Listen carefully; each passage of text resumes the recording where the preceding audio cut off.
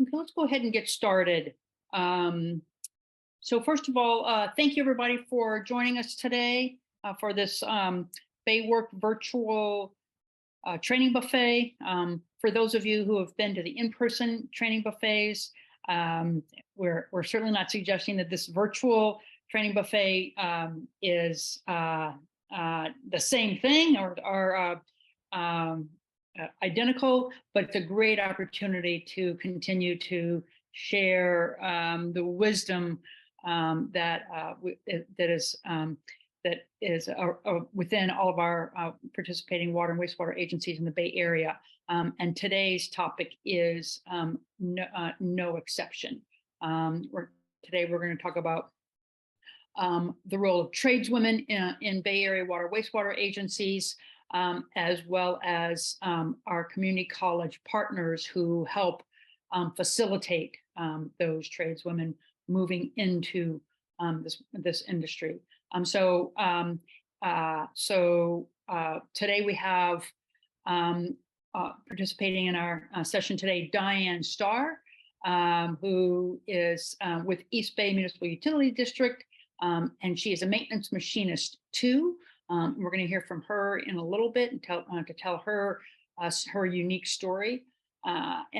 Secondly, we have Adam Balogh, who is an instructor and chair of the machine technology program at Laney College, and if I'm not mistaken, also comes with some experience from the water wastewater industry. And then finally, my sort of partner in crime, Stephen Curry, is going to be my co-pilot today on this presentation. So we're going to work off of a kind of a PowerPoint. Start off with some great information from Adam about the Laney machining program, and some great data that Adam's pulled together, and then we're going to have kind of a Q&A session with Diane. So again, if you're just joining us, please add your name and your agency and your title in the chat. We're going to have a question and answer period for the group at the end, but please feel free to add your questions in the chat as they come up, and Stephen or I will try to track those and raise those. Oh, good. Yeah, thank you, Robert. Robert's also joining us, and he added the PDF of excuse me, of the presentation that we're going to be looking at today, so you can have that for your safekeeping. Okay, so here we go.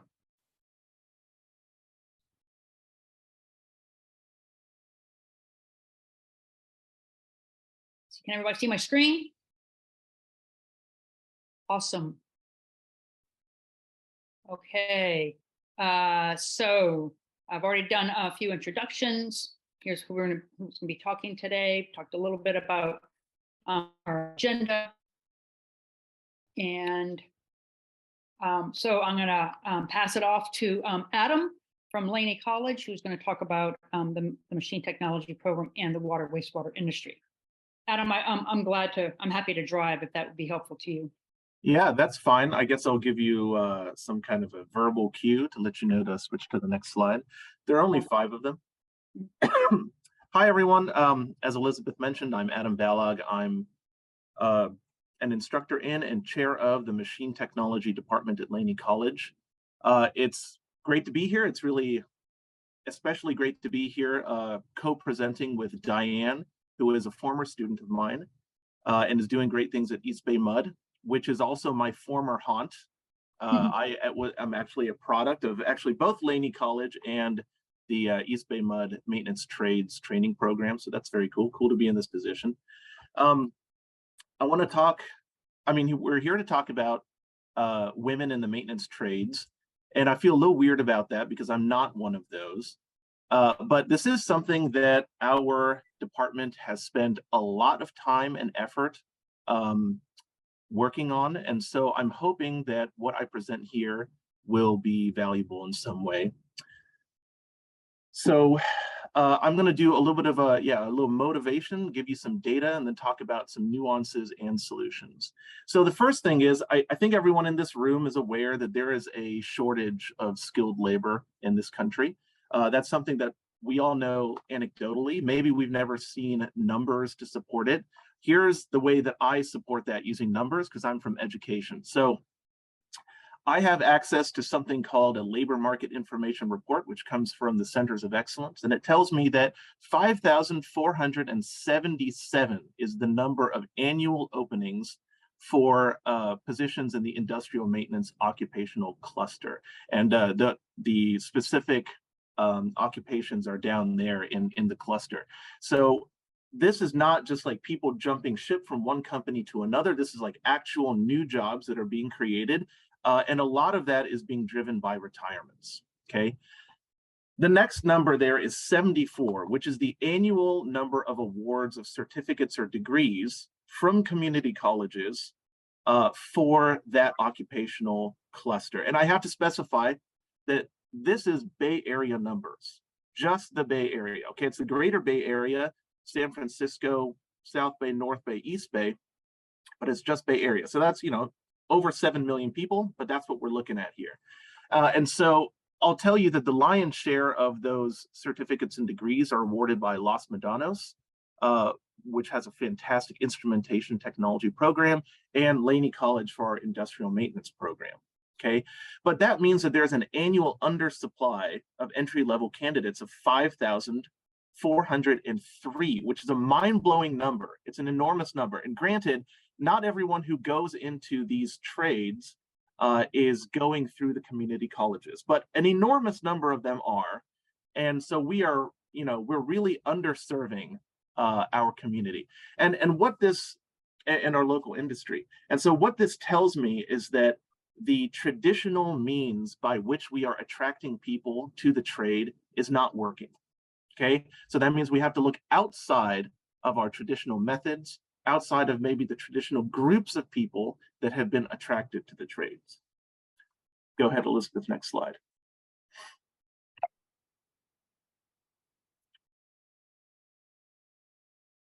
Okay, so this data, this statistic to me is even more mind-blowing than the last set.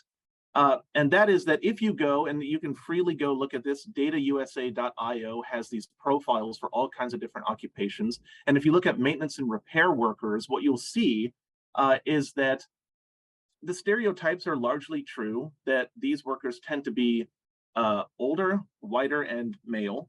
But the discrepancy here is largest felt in the percentage by sex of maintenance and repair workers, where 95.6 are male and only 4.4% are female. Again, this is something I think we probably all know anecdotally, but maybe you've never actually seen these numbers. That's really, really shocking, because women are more than 50% of the population and 47% of the working population, although that number has gone down in the last 2 years for reasons I'll talk about in just a moment. But this seems to me like an obvious, like if we're going to pick a first best strategy, targeting women to participate in the trades, the mechanical trades, maintenance trades, is like an obvious first place to go. Go ahead, Elizabeth. So clearly to me, the solution is non-traditional students. Kind of a weird term, but it means students who are not, who haven't usually traditionally been represented in large numbers in these occupations or in these degree and certificate majors. So it's clear that we have to, both employers and training organizations have to engage women to address the skilled labor shortage, but there are a few things to consider here, right? Why is it that that women haven't traditionally been attracted to these trades? Or if we are now going to specifically do outreach, what are the things that we have to keep in mind?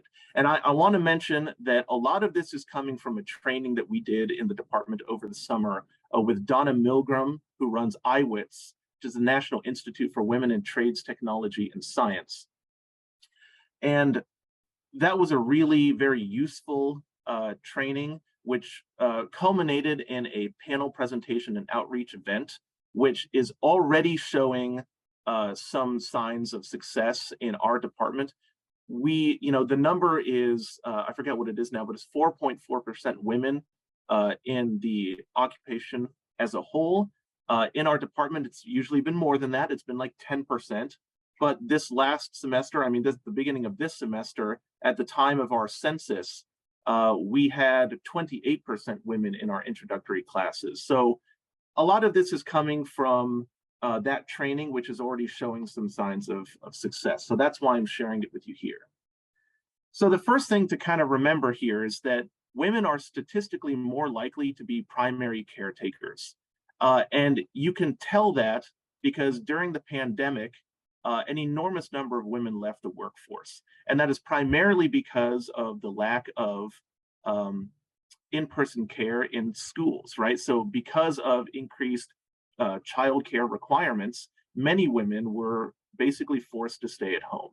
And so I was just looking at the statistics, and it looks like all men have largely recovered the jobs that they lost during the pandemic. Women are still about 2 million jobs less than what they were at the beginning of the pandemic. Another thing is that women, when they are entering these trades, tend to have less developed mechanical skills, and that's simply because there's a lot of tracking that happens during childhood, and I think maybe we don't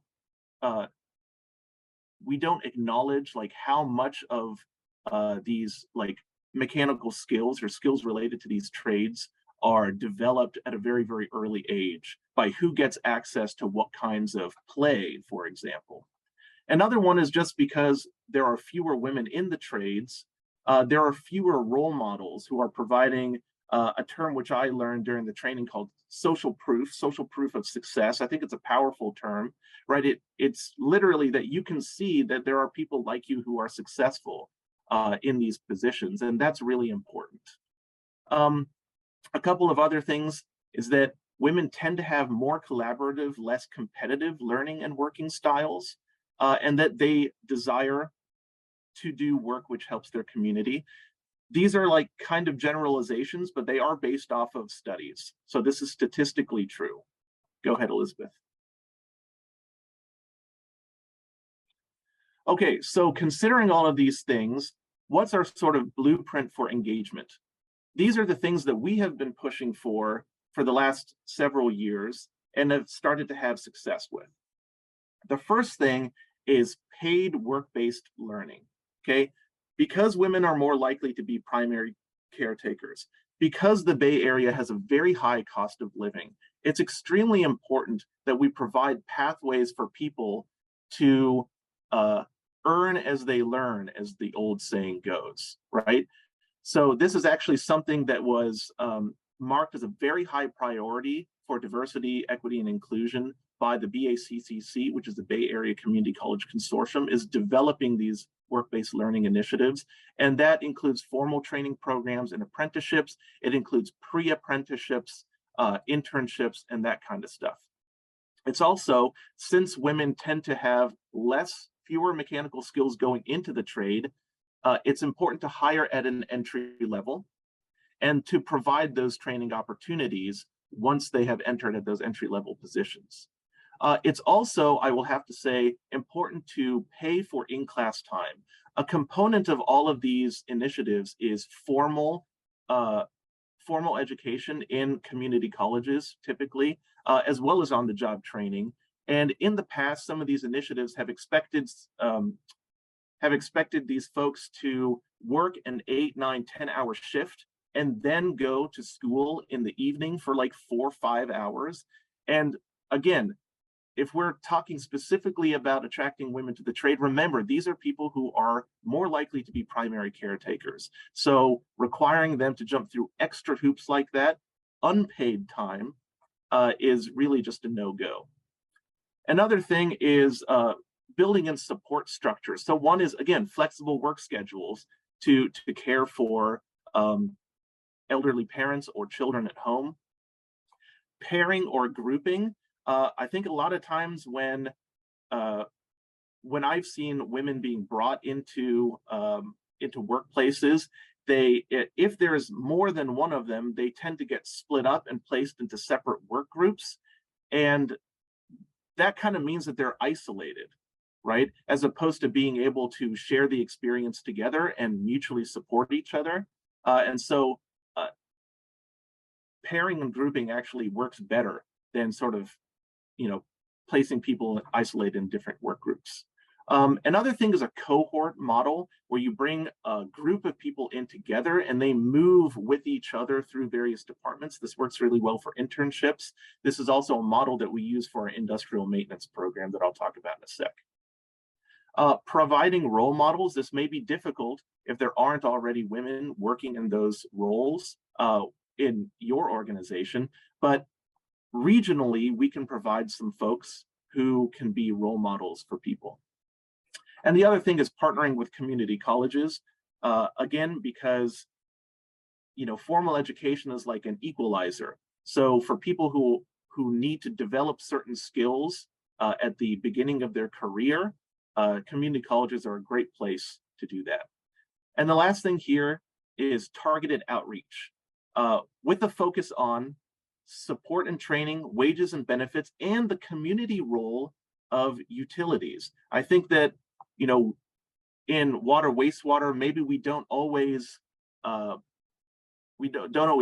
load the fact that we are doing a really important community service for a large metropolitan area. I know when I was working for the water district in the East Bay, that was one of the things that I really, really liked about my job, and I found that really fulfilling. And I think that is very attractive to women who are looking for opportunities in the trades. Go ahead, Elizabeth. Thank you. So this is the last thing, okay? I'm calling these snapshots of success. So Laney College, we have our industrial maintenance program. This is a 2-semester, 9-month certificate, which was designed so that students could have a shorter term certificate for which they could actually pull on unemployment while they're getting retrained. So it's like a state accredited retraining program for unemployment. And it was developed with industry input. So EBMUD and Shell Martinez, which is now PBF Energy, had an played enormous roles in developing that program. That program has had like a 100% job placement rate into internships, into apprenticeship programs. It has always been a statistically more diverse group than the other programs, the more traditional associate's degree programs that we have in the department. And I think a lot of that is because there was a lot of support. It was a cohort model. So we provided textbooks, protective equipment, and that type of supplies. Students went with each other as a group. There was math tutoring. There were even resume writing workshops. That was a really successful program. Actually, let me skip over to JVS. So JVS, the Jewish Vocational Service, they have a much broader scope than their name suggests, but they have a pre-apprenticeship program. It's a 1-semester sort of career exploration program, and they do it in a number of different colleges for different focuses. So they do one for like instrumentation, I believe, with Los Medanos. They do one in industrial maintenance with us. They're doing one this semester. And I'll tell you that that large percentage of women who are now in our introductory classes, quite a few of those are from the JVS program. They also happen to be women of color. So this is, giving a lot of people a lot of opportunities to get into these trades. Again, what you're seeing there is getting people at the entry level and giving them lots of support, because again, it's a cohort model. And then East Bay MUD has their mechanical trades internship and training program. In the past, I think they've done like a 6-month internship, a longer 18-month internship, and full-time employment. These are entry-level candidates sourced from local community colleges. And I think a big part of this, right, is that in water, wastewater, you have to deal with civil service exams. You can't just kind of like cherry pick who you want to hire. People have to go through like a standardized examination process. So the important thing is to prepare people to be successful for the civil service exam. And so that's why bringing people in for internships so that they get a better sense of what will be required on the exam, they get a better sense of the work, talking to the community colleges, making sure that we are preparing people to be successful on the job and for the exams. EBMUD has gotten a lot of really great candidates from Laney College, Diane included, and many others. I think we're up to like 10 or something, but that is known throughout our student body as one of the premier employers out of our program. And I know that there are lots of other water, wastewater utilities in the Bay Area region that could also benefit from this type of an arrangement. Thanks. That's all I got.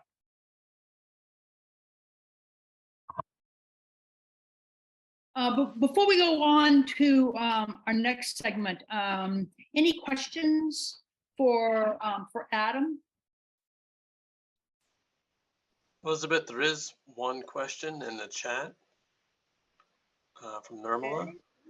Nirmala, do you want to verbalize it, or I can read it off? Sure. Go for it. So last year there was a Baywork webinar, and we had a bunch of operators, and we were talking about maybe barriers, and the water board was there, and they said, many operators were saying it's just taking so long to get the certificates. And so I remember the water board saying they had 7 staff for thousands of applications. And I'm just wondering if, number one, what has been done about that, and whether it's a factor in the delay in getting people into the industry for operators especially. And I don't know if it's reflected in that very first demand supply gap thing. Maybe it's not related, but that's what I was curious about. Thanks. Thanks, Nirmala. I think that process operator certifications are kind of a parallel occupational group, separate from the maintenance trades occupations. So I would say that issue is not reflected in the numbers that Adam shared, where he's really talking about industrial maintenance and mechanical maintenance versus operations, water treatment operations and wastewater treatment operations. But I think that is something to be aware of, that there are sometimes these bureaucratic issues that can create barriers in career pathways. I think that is not what we're talking about when we're looking at the maintenance occupations, the maintenance trades. So then Adam, do you want to weigh in on that, or do you have any thoughts on that? Then a follow-up would be, is it a much easier process to get your certification then? Can I just clarify that? So water, wastewater certifications are state certifications.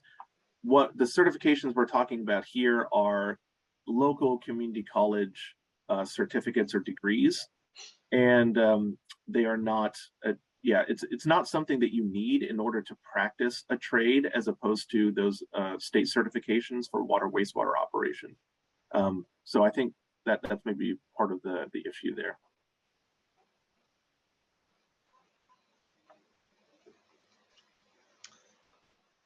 Nirmala, does that answer your question, or do you have a Yes, thank you. That's helpful. We'll steer people towards the other.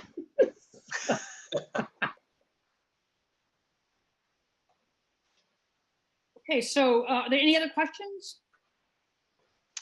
Folks, feel free to put them in chat, come off of mute, or raise your virtual hand if you have any questions.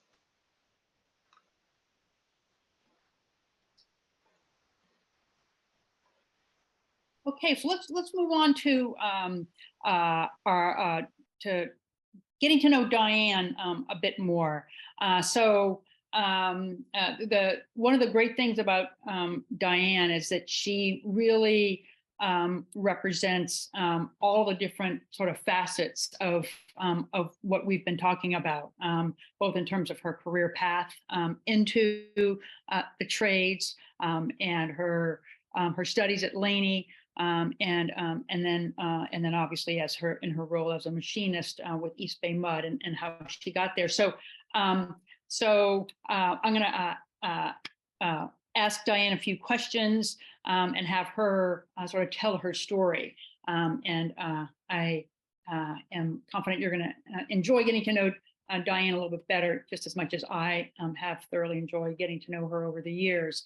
So Diane, first of all, what inspired you to pursue machining as a career? Well, first of all, I want to tell you that today is a very special day, and today is November 8th, and what that means to me, and actually to Diego, is that it's our 1-year anniversary at EBMUD. So yay, super excited about that. And so going back to 2017, the spring of 2017, my world really flipped upside down when my husband died very suddenly and unexpectedly. And I bring that up because that really was a very pivotal time, and not only because of the loss, but it was also a loss of income, a loss of future, our future whatever, income. And I was working at a non-for-profit higher education master's program. So there wasn't, I wasn't getting paid very much. There was no opportunity for going up the ladder. And a year and a half later, I would be losing that job. So I had my income basically went right down to like nothing. And in the meantime, I knew this job was going to be ending. I did find a career coach, and we looked at my resume and to decide like, well, what am I going to do next? And my resume basically showed a lot of office type of work. And I also realized that the kind of work that I was doing was not going to provide me an income where I could live in the Bay Area. I can't live on, the kind of money I was making. I needed something else. And I also needed to be thinking about, like, how am I going to retire? So I actually worked I was trained as a machinist in the Navy. And that was like, 20 plus years earlier. And it's kind of funny with the people, my career coach, they didn't really put a lot of, they didn't really lean into that machinist type of idea because I was so resume heavy with office work. But I had always loved machining. It was always kind of on the back of my mind as a possibility, maybe as a, something to do in my spare time, but I just hadn't gotten around to it. So it was on my mind at that point, and I started going online to look and see what does it take to be a machinist? What do they get paid? And what do I need to do? How do I step into this? I just didn't really know. And I saw that actually, the machinists do get paid pretty well. I could actually live in the Bay. I could stay in the Bay Area and work as a machinist. And I also saw that EBMUD had been looking to hire machinists. And so all of that was sort of, kind of coming together, kind of firming up. And after I lost my job, one of the things that happened was there was a job fair, and it was geared towards veterans. And I hadn't been to a job fair in a long time. And I thought, well, veterans are my people. I feel comfortable with veterans. I could do that. So it was out in Las Positas College. And guess what? It was the water industry. Now, I don't really remember like thinking to myself, I'm going to go on to this job fair in this water industry.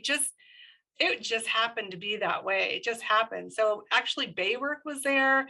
Didn't really quite understand the relationship between Baywork and East Bay Mud and the other water agencies. But what happened was there were two people that were at the booth for East Bay Mud, and there was a woman there.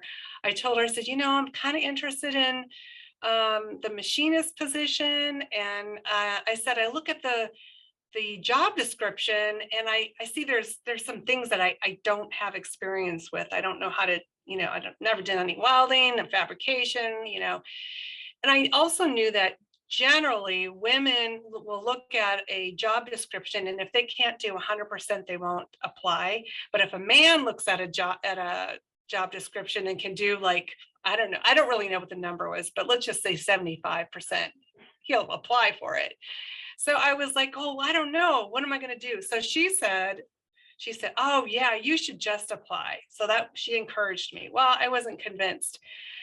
So I hemmed and hawed for a while, and I had a friend who knew somebody who worked at East Bay Mud, and that person contacted me by email, and he sent me Ted Lamb's contact information. And Ted Lamb is the superintendent of Mechanic West at East Bay Mud. And when I reached out to Teddy, he immediately invited me. I told him this was an informational interview. I wanted to check out, you know, what do you have to do to be a machinist? And he must have spent like an hour and a half talking to me. He brought me down to the machine shop here, and I felt like I had just, you know, was in my glory. I mean, I saw the lathes and the milling machines and the smell of oil and the smell of metal, and I was just so transported.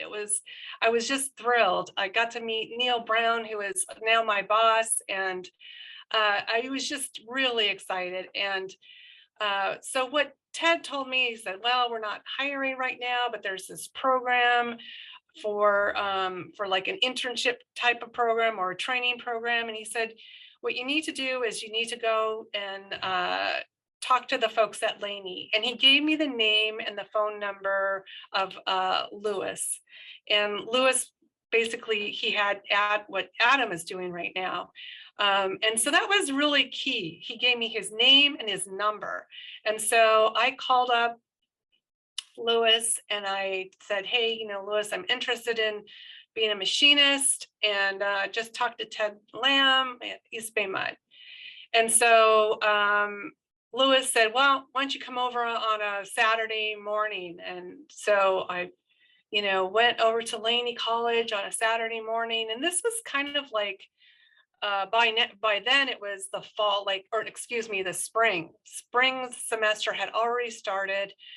And Lewis said, you know, why don't you come in on Saturday mornings, you know, get on a lathe and see if, you know, you really love machining as much as you remember, you know, because it'd been a while. And, you know, school had already started, so I couldn't really just jump into a class at that point. It was already too far. And so Saturday mornings, 9 o'clock, I went to Laney College, went to the machine shop, and I would you know, get on the lathe till probably it was 11 o'clock or noon. And Lewis said, well, why don't you make this thing that the students are making in the class? Why don't you just try that out? And so on another Saturday morning, Lewis came up to me and he said, hey, you know, I'm going to be giving a demonstration Monday night. The students are going to be doing, you know, I don't know, whatever it was, threading or something. And he said, why don't you come to, you know, Monday night, 7:30. And so Monday night, 7:30, I went to Laney College, and it was fantastic. There were all these students just kind of around a lathe, and Lewis was doing this demonstration. And these were students from, you know, some were from Tesla, some were from FM something. And so it was great for me to see students, you know, in this environment. So that was kind of my introduction. And then by the fall, I was ready to enroll. And I started my enrollment that fall. And I got to actually like be in class with those students that I had watched, you know, the demonstration. Yeah, so I started at Laney. And so I'm really actually going into your second question about the tech program, because I have to say, I have degrees. I've gone to school, so but those degrees did not give me a good income, let me tell you. But and I have to say, at Laney, every class that I took has been beneficial. There's not a class that I have taken where I'm like, gosh, that was a waste of time. I mean, everything that all the classes that I've taken have been helpful for me moving into my current position. And so I did blueprints and welding, and actually Adam, I think pretty sure it was Adam, said, you know, maybe you should take this. It was the mechanical drive class. And that'll be helpful if you want to apply for EBMUD. And, you know, it's taking apart, you know, machinery and putting it back together. See, I didn't have that skill set. So I took the mechanical drives class, and I also took the pump maintenance class. So all of those things were helpful to be advised, to take things like that to help me become a better candidate if I wanted to get a job working at EBMUD. So should I continue?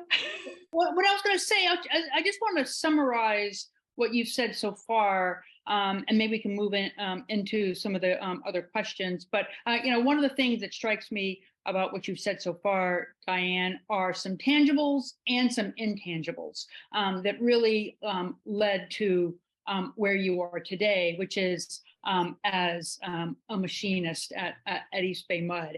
And I just think we should think about, how do women find out about the water wastewater industry? How do women find out about jobs in the trades? Do we have training programs that lend themselves to women learning in a safe and welcoming environment? And it seems like, in so many ways, those are the things that were critical to where you are today. I want to jump to sort of like, I want to make sure we have some time to spend on any unique challenges you experienced as a tradeswoman along the way, from your time in the Navy to like moving into your studies at Laney, and then in your job at EBMUD. What are the things that you were challenged by, that you had to overcome, that maybe we can learn from in terms of encouraging more women to move into the trades? Yeah, good question. So I think one thing that kind of was raised in my mind is that it's really important to take women seriously if they're interested in the trades. And I really appreciated the people that said, oh, okay. And then they gave me more information and had me go to the next step. So taking me seriously. The other thing is that I already knew, like, I can't be average in order to get a job in a non-traditional work. Like, I have to be above the best, if that makes any sense. So I knew that I was going to have to work harder than a guy who is good at it. I knew I was going to have to really work really hard. And I'm not really opposed to that, but that's just how it is. And then the other thing is, while I was an intern here, somebody did tell me a story about they had applied for a job in another industry that was, and a woman who they wanted women to be hired. And so he did not get the job, even though he was more qualified, because they were trying to get their numbers up for women. And, that's kind of you know, that's a hard hit. And I did have to say, like, I don't want to be hired because you need to have another woman in a job. I want to be hired because I am the most qualified person. So I knew that I was going to really have to like go above and beyond, you know, anything to you know, get a job in a non-traditional environment. That's, you know, that I think that's really insightful on your part, and at the same time, you know, certainly, increasingly, agencies, water and wastewater agencies are, you know, developing diversity, equity, and inclusion policies and procedures, and are spending a lot of time figuring out, especially as public agencies, how to ensure that their workforce is representative of, you know, I mean, one way I think of it is is representative of their ratepayers. You know, they're serving a community, and are they representing the community that they serve? And so I guess I would, at EBMUD or at Laney, were you around, or are you around other women in the trades, and whether that, if the answer is yes or no, how does that affect you? Yeah, so actually, there is a gal here who she when I did my internship, I did get to shadow her, and she was actually over on the wastewater side, and I have to say I thought it was pretty great, and I was, you know, I would have been. I mean, I wouldn't have really loved to have worked on the wastewater side, but if I got to work with her, I would have. That would have been a big plus. I really enjoyed working with her. And while I was at Laney too, there were, you know, there wasn't a lot of women, but you know, there were some of the women that were students. We did seem to sort of collect and support each other. It was a pretty supportive environment altogether, I have to say. I mean, there were men and women that we, you know, we did help each other out and help with projects and whatnot. So it was a very collaborative environment when I was a student there. Yeah, I think it's great to see other women here. There's more women that are electricians, and they have been always very welcoming, and you know, if I had any questions or needed anybody to talk to, they really invited that for me to, you know, come by and talk or whatever. So yeah, I didn't really feel like I was, you know, left out and alone or anything like that.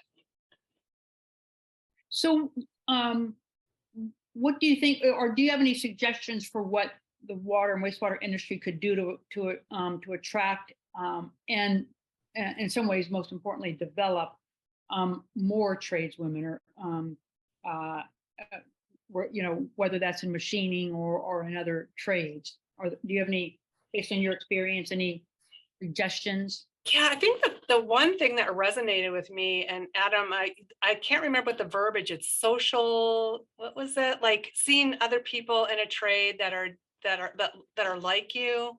Social proof. Social proof. Yeah, I think there's something about that is very compelling to, like, you know, see other women, like, you know, whether it's welding or machining or electricians.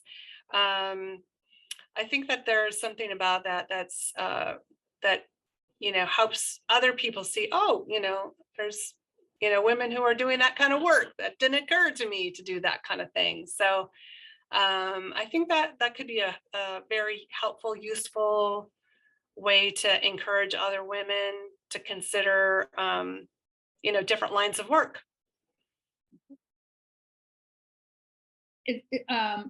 Is there anything else you wanted to add, Diane, before we go into sort of a Q&A? Well, I just want to say that I really appreciate the way in which EBMUD has, they've been really super great about their professionalism in the workplace. And I feel like my training has been great coming in as a new machinist. And I just really give EBMUD like 2 thumbs up, and in the environment that they provide for new machinists, and for myself as being one of the only women machinists.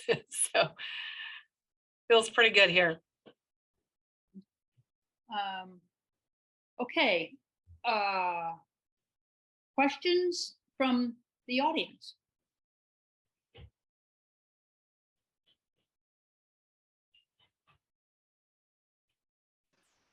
I was gonna I'll read my own quote. Diane, you are the social proof that we need to spotlight for other women. Well, my question is, you were part of the advisory group that worked with Laney College this summer that resulted in that large increase of enrollments for women, up to 28% of the enrollment this fall. What worked in your mind? What was effective, and was there anything that you learned? And Adam, I open it up to you too for your insights on that. Yeah, I think I would turn it over to Adam. So I was able to start with that the program, but I wasn't able to like make all the later part of that, and it was pretty phenomenal. I thought the information that was being provided was great. So maybe Adam, I can turn that over to you. It's hard to disaggregate all of the causes for the increase, because we had an increased enrollment across the board this semester. Part of that is that we're offering free tuition and textbooks, so like certainly that plays a part. Working with JVS on the pre-apprenticeship program, that was a significant root cause, but also yeah, the training that we did and the specific outreach, targeted outreach to women, culminating in we were calling it like a meet and greet, but it was a women in the precision metalworking careers meet and greet. We had a panel of 3 women who spoke, all of whom are working as machinists, 1 who owns her own business, and 2 who are working as apprentices and are former Laney College students. So again, providing social proof, making it a space where like women know that this is about them, about their success and engagement in the trade, and that was a great event. We got several signups directly out of it immediately after it, and one of the things that we did that resonated really well with the audience, I know that because they told me afterward, was that we had a hands-on activity that was part of it, where we went and in this case we're kind of more focusing on like manufacturing, but we had set up some of our machines to perform some metal cutting operations, and so without even touching the machines, I was just verbally guiding the group to perform some of the operations, and then at the end of it they had actually gotten to make something, and so it was again literally proof that they could do it. And I think that like encouragement is a really big part of it. Like, yes, you can do this. Yes, we want you here. Yes, there are people like you out there who are doing this right now. I think that's really key.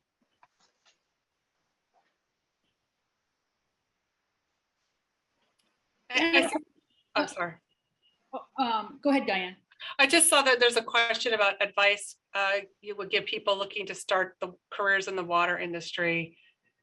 And I don't know if that question was directed towards me, but I would say, like you just have to get a start, like go to, it depends on what you're looking for. There's a lot of different jobs in the water industry, right? But in the trades,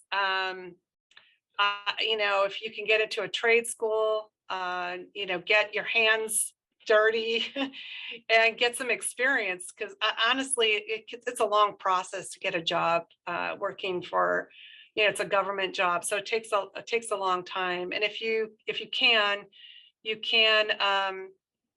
know, go to school, get some work experience under your belt so that you're ready to apply when those jobs are open. I don't know if that was a good answer. That's great. Yeah, Adam, did you want to add anything to that answer? Laney College. I mean, yeah, anyone can sign up, and I have it on good.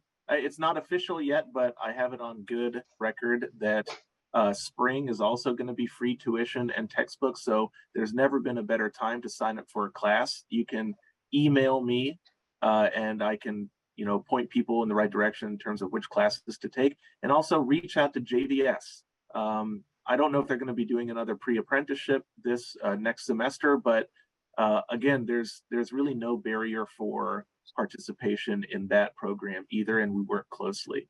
So a lot of really great opportunities right now for people to get into it. And you sort of stole my thunder there a little bit, Adam. What I was going to say is, number one, I'll put my email address here in the chat. But please feel free to contact me. Basically, I work for both JVS and Baywork, and I can connect you with people that can give you more information about the pre-apprenticeship training. One of the things I wanted to say about the work that JVS does and how important the partnership with Baywork and Laney College is that, you know, the way I look at it is JVS is sort of plugging some holes. So where people don't have the kind of background in the trades that, for instance, Diane came to Laney with, we can provide those sort of career assessment or career survey courses to introduce them to the trades, so that if they find out, you know, they really don't like working with tools, then that's a really good indicator that they may not want to pursue the trades. Or if they don't like getting up and getting to work by 6 a.m. in the morning, then maybe the water wastewater industry isn't the best place for them. So those survey courses are really important for that. But the other things that JVS provides is, so for instance, for people who are women who are considering the trades but who have gaps in their childcare arrangements, for instance, JVS can provide financial assistance around childcare, getting work boots, and some transportation to and from school, especially if public transit isn't an option. And then the other thing that I think is really important, especially when thinking about civil service jobs, is these assessment tests that are often used, including by EBMUD, as part of the hiring process. And the math assessment tests are often the thing that really is a barrier to people getting through that process. So JVS provides test prep courses, and I know that's one of the things that that Laney students have taken advantage of in the past, is preparing for those tests. So anyway, those are some of the other supports that are available for women and anybody really who's interested in working in water. Want to just point out that we put a link in the chat for survey to give us some feedback on this presentation. I want to just also highlight a couple of resources that are on the JVS, the Baywork website, the Women in the Trades page, as well as the Veterans page. These are sort of, in essence, the Baywork website's sort of ERG, as it were. So there's some great information there on the Baywork website about activities that are that have happened in the past and that are happening in the future around women in the trades and veterans as well. Want to make sure that we're providing access to information about the water wastewater industry. And let's see, anything else? Any other questions?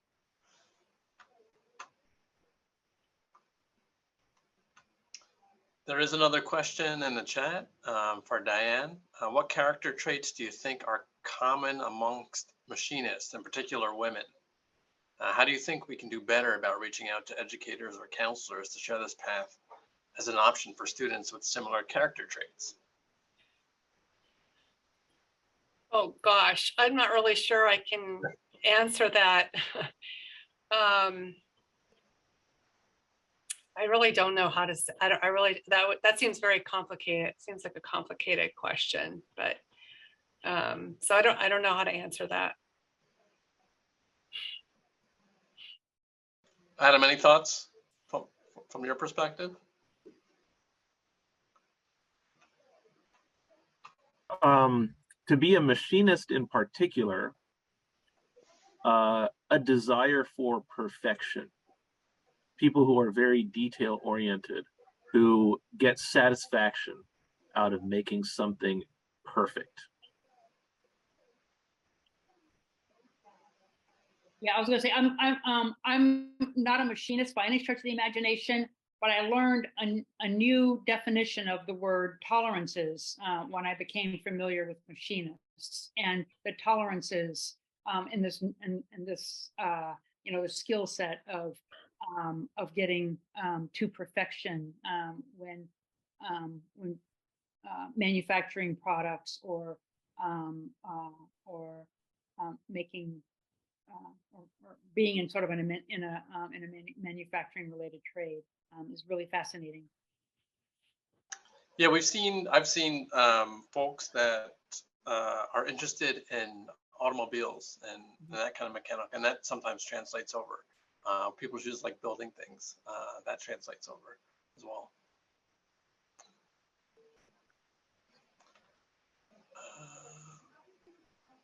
We are probably right about at time here, right, Elizabeth? Yes, we are. But in the chat, there's my email address. There's the link to the survey. Please, and there's Adam's email address. So please reach out to us. I'll